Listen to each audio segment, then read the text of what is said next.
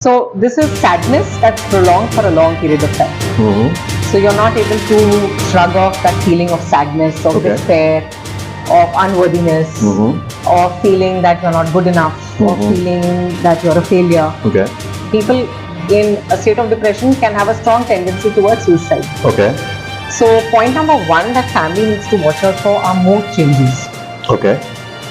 Especially mood changes that have carried on for a long period of time. The person who is contemplating suicide. So if you are contemplating suicide, or if you are indulging in suicidal ideation, you should come out and take help. Because suicidal ideation is one of the symptoms of depression. That real men don't cry. Yeah, which is so wrong. Which is so wrong. Yeah. So I want to tell you all that real men do cry. So don't go with that quote unquote definition of a man who doesn't cry. So I can vouch for that. Real men do cry. So hello there, notice board. Stand man also here. 𝐂𝐀𝐋𝐿, 𝐕𝐴𝐺𝐵, 𝐁𝐈𝐿, 𝐷𝐸𝐿. Today I'm here with Dr. Pallavi Khanna. She is a psychologist, a mental health counselor here from Jalandhar. ਅੱਜ ਸਾਡਾ ਇਹਨਾਂ ਨਾਲ ਬਹਿ ਕੇ ਗੱਲ ਕਰਨ ਦਾ ਇੱਕੋ ਮਕਸਦ ਸੀਗਾ ਕਿ lately we have been seeing that a lot of suicides are being committed from different walks of life. ਚਾਹੇ ਉਹ ਕੋਈ matrimonial issues ਹੋਣ, ਚਾਹੇ ਉਹ ਕੋਈ student ਦਾ issue ਹੋਵੇ, ਚਾਹੇ ਉਹ ਕੋਈ financial issue ਹੋਵੇ.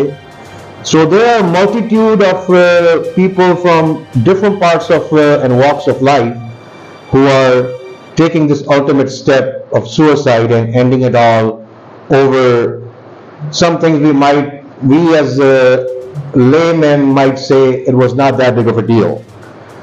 So recently, ਤੁਹਾਨੂੰ ਸਭ ਨੂੰ ਪਤਾ ਹੈ ਕਿ ਇੱਕ student recently, a 23-year-old student committed suicide just because what was alleged that she missed a single paper on her last year of diploma. So what the circumstances behind was why one single paper decided her fate, that she wanted to end it all, is incomprehensible to most of us. You being a mental health professional, a counselor, what takes a person to that stage in life, at that curve in life, where they just end it all? Why? So thank you for coming and My pleasure. doing this talk. It's a very, very important subject, and I'm glad that through your medium of Notice Board Jalandhar, I'm able to convey some important messages for youngsters. Yes, this news was extremely heartbreaking and disturbing, and I think everyone who has heard it has empathized with the state of the parents and the family. It was shocking to hear that. It's extremely heartbreaking, to say the least. And yes, you're right. We are beginning to hear more and more of cases, especially of youngsters who are taking this extreme step of suicide. So I would like to start by saying that the younger population of between the ages of 15 to about 30 are the most vulnerable when it comes to suicide. And if you're looking at statistics worldwide, suicide happens the most in this age bracket. That's 15 to 30. Around 15 to 30, 15 to 29. And so that is the age bracket. Now, when you look at this age bracket, what are the challenges that they are facing? So of course, there are challenges of proving themselves, of settling down, of finding themselves a job, of completing education, of doing exams well, of living up to expectations of parents and society, living up to their own expectations, and also spending a lot of time thinking about what they want their life to be and to look like. And when they see that that's not happening, when they see that their dreams are not being fulfilled, or when they see that that what life that as they had imagined it to be is not actually turning out to be a reality. So yes, they go through a lot of psychological trauma and pain, and in some unfortunate cases, this ends in suicide. So now the key words here are psychological pain and trauma. Okay. And along with this are, so psychological pain consists of some predominant feelings. And these feelings are mainly attached to a sense of shame, sense of guilt, a sense of blame, self-blame. So, worthlessness, feeling absolutely useless, feeling that the family would be better off without them. So, another very important point I want to make here, Sandeep, is that suicidal ideation, which means thinking about suicide, is far more common than the actual suicide. Yeah, because I was going to interject and ask you that, because in our lives, I'll just talk about my life.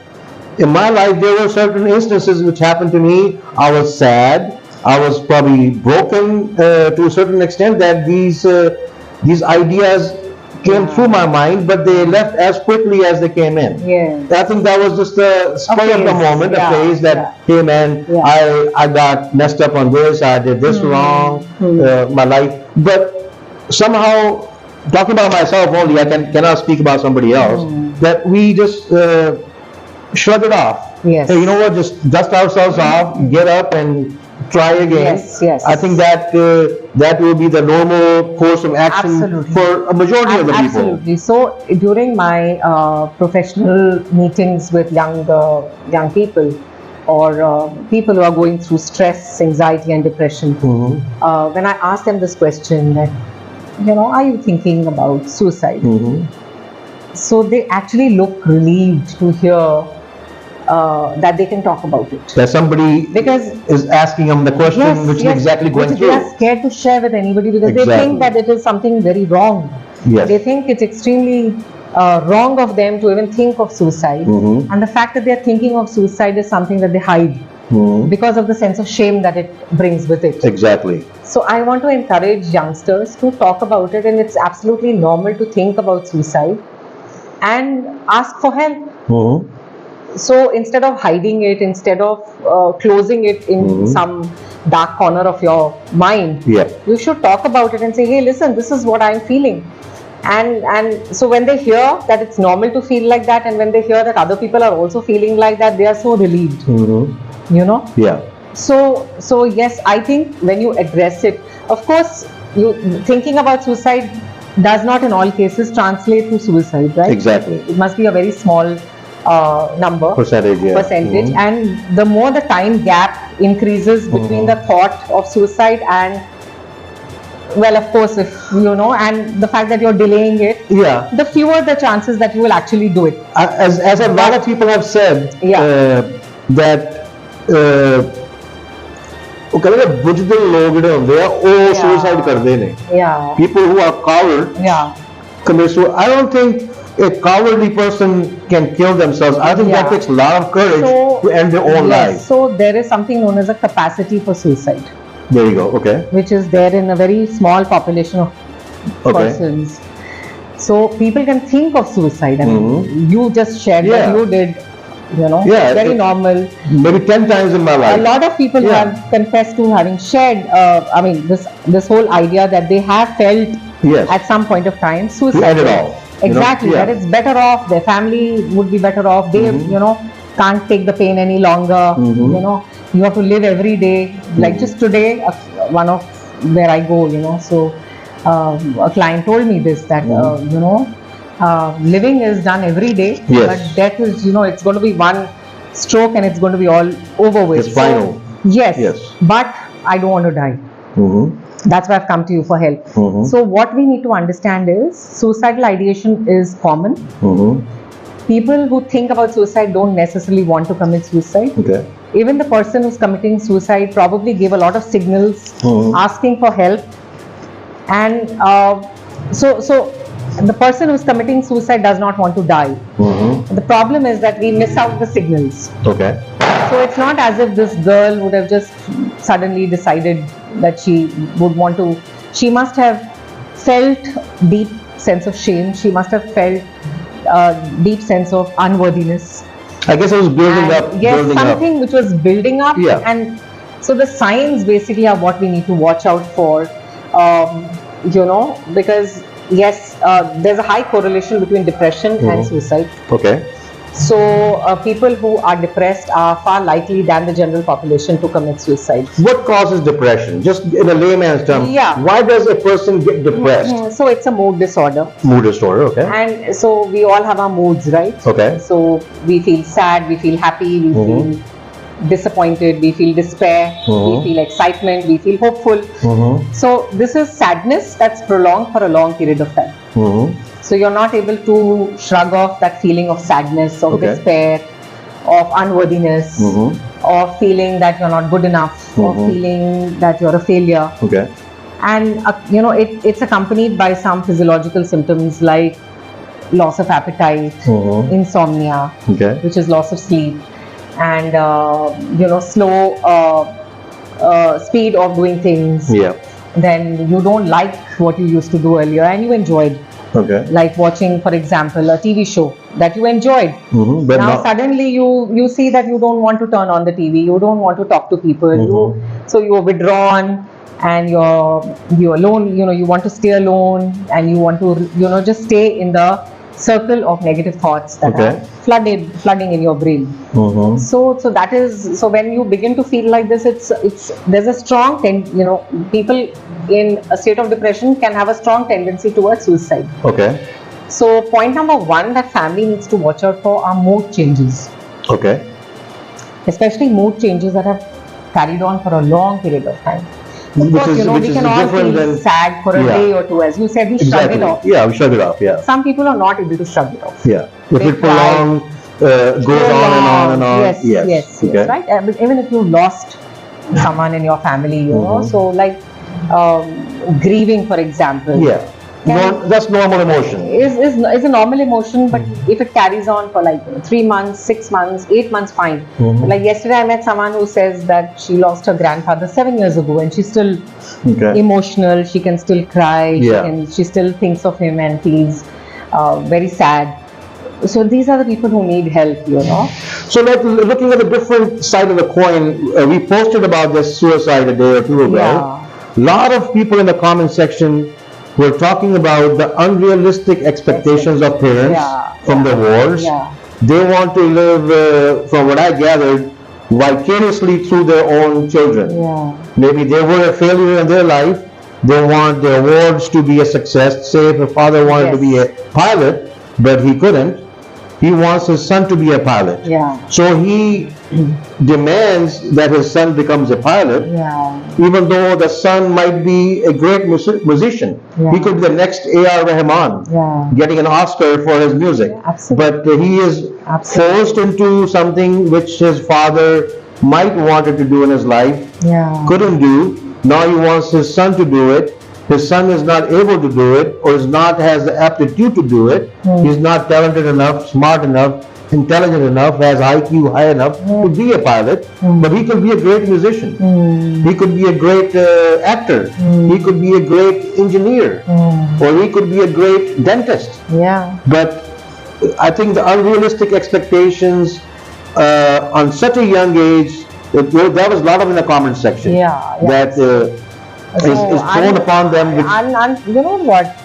I feel that it's being a little very harsh and unfair on parents if you are blaming this whole episode on parents.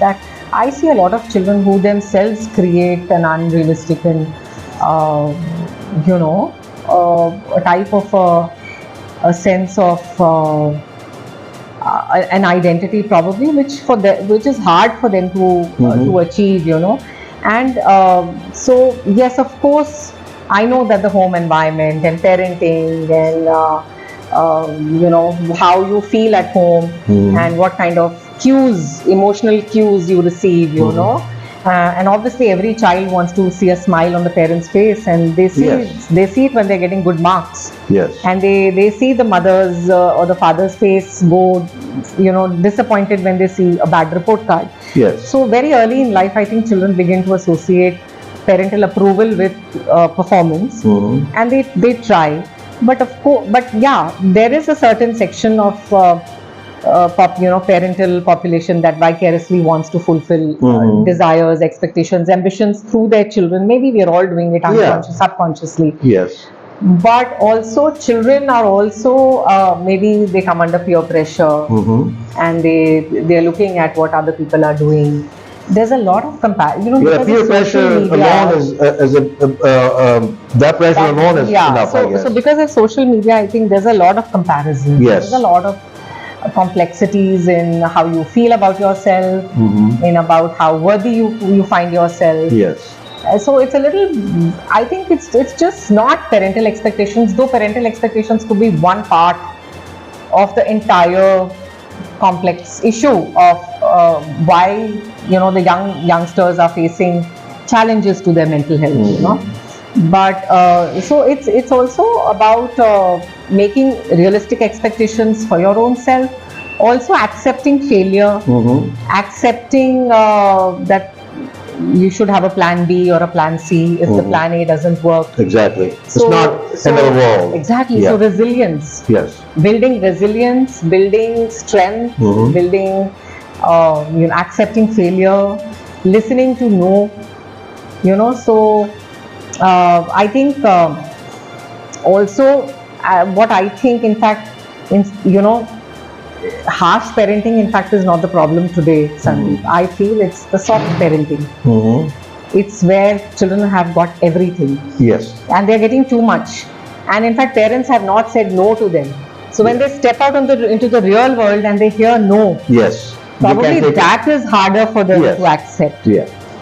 So in fact, I would say that a stern or a firm or a little disciplined type of a parenting probably happened in the old don't offer the life to your walls in a silver platter. Yes. Where once they step out the bounds of the house, what we are not realizing is that if we give them everything too soon, too early, they probably the efforts that they would like to put in to get things for themselves, or that the whole idea of striving, the whole idea of having a goal, a purpose to fulfill, all these things seem to be getting lost. So I'm going to ask you one last, it's going to be a two-part question. What advice as a psychologist, a mental health professional, would you give a person who is going through these emotions of committing a suicide and ending it all? What advice would you give them? And the second part would be, what advice would you give their family, their friends, or their academic institutions, what have you, to look for what kind of signs where they can intervene at time and not be so judgmental and harsh on them. So just go ahead and give us that student part, or it's not necessarily a student, it could be a housewife being harassed by her husband. Absolutely. You know what I mean? For whatever matrimonial issues that we have. It could be anybody from any walk of life. So what advice would you give them at this moment so they can prevent that from happening to them or their loved ones? So let's start with the person who is contemplating suicide. So if you are contemplating suicide, or if you are indulging in suicidal ideation, you should come out and take help. Because suicidal ideation is one of the symptoms of depression. So you should take help. You should meet a mental health professional, either a psychiatrist or a psychologist. And you should, whatever the treatment is, medication plus psychotherapy plus counseling, whatever the treatment is, you should go through it with it, and without there's no stigma attached to it, and there's no shame attached to it. But so you need to understand that it's dangerous, right? It's if you keep it within you and don't share about it and don't ask for help, it can prove to be very, very fatal. It's fatal. So so point number, the first part of your question is, if you are somebody who has frequent suicidal ideation, like frequent thoughts about ending it all, about committing suicide, you need help. Yes. It's not something that you should sit upon. Or be quiet about. Yes. Secondly is now institutions and families. So let's talk about families. So definitely there would be hints being dropped, about there would be a statement things like, you all would be better off without me, or of course a lot of parents are not digitally equipped to or educated enough or knowledgeable enough. But if you look at the search history, you would probably find something on the laptop that says, how the to kill least myself. painless way to commit suicide. Yeah. Which has been Googled. Yeah, Google. Many times. Yes. So these are things to note, to kind of see, but also behavioral changes like being withdrawn, being alone, or crying often, or being just isolating oneself away from family. But more importantly are verbal cues. Yeah. कोई ना कोई verbal cue जरूर आता है, where the person will drop a statement like, that जिंदगी की कोई meaning नहीं रही, या ये जिंदगी मुश्किल बहुत है, या ये जिंदगी, या मैं बहुत मतलब कोई फायदा नहीं है जी के, something like that, or या life is hard, some cues like this, which will be dropped. And so just being aware about any changes in your family members' behavior and mood, and and these verbal kind of hints that the person is dropping. So that could be one. As far as institutions are concerned, I strongly recommend all educational institutions to have a very strong department of counseling or department of mental health. Ongoing psychologists. To give each student a lot of support. There should be personality tests done. There should be psychological evaluation, psychometric testing done. There should be and proper guidance given to them about how, and also emotional support and financial support. So all kinds of support from every front, which the government as well as the institutions, everyone needs to offer to the to anybody who is thinking about or going through emotionally difficult time. So one thing that I think this whole interview would be incomplete without is something which I want to tell you is about what youngsters are doing very much these days, and that is self-harm.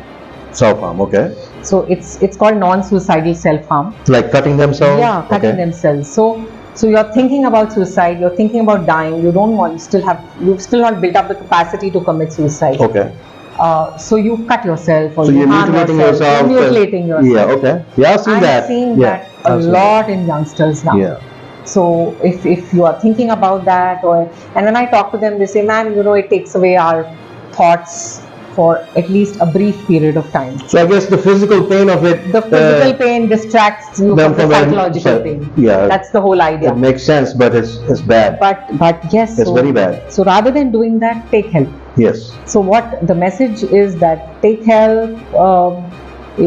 Having anxiety and having depression is not like something to hide, something to be ashamed of. Yeah, it's a medical condition. It's a medical condition. Yes. It happens. At times it just happens because of certain problems in, just with the neurotransmitters, with the chemicals in your brain, whatever the reason is. But we all have ways to cope with whatever is happening in our life. At times we feel that we don't have enough coping resources within us. So ask for help. Yeah. There's no shame in asking for help. So that alone sums it up, is to ask for help. Yes. Don't be ashamed. If you feel it that by talking to somebody, by sharing with somebody, you could be helped, please get help. Yes. This could be our message. The takeaway message, especially to the youngsters, is please ask for help, and especially boys, because one interesting fact is more women think about suicide, but more men commit suicide. Oh, okay. I didn't know that. Yeah. Okay. So that's one of the facts that I've been researching. When I was researching, that came up, and even I was shocked to see that, which means that more men probably land up committing suicide because they've not shared, or they've not come out with their emotional imbalances or disturbances within them. They've not come out publicly. They've kept it too much within themselves. Because how we have put a kind of a social, superimposed a social expectation on boys and men that they are not too emotionally to just face everything very stoically and strongly.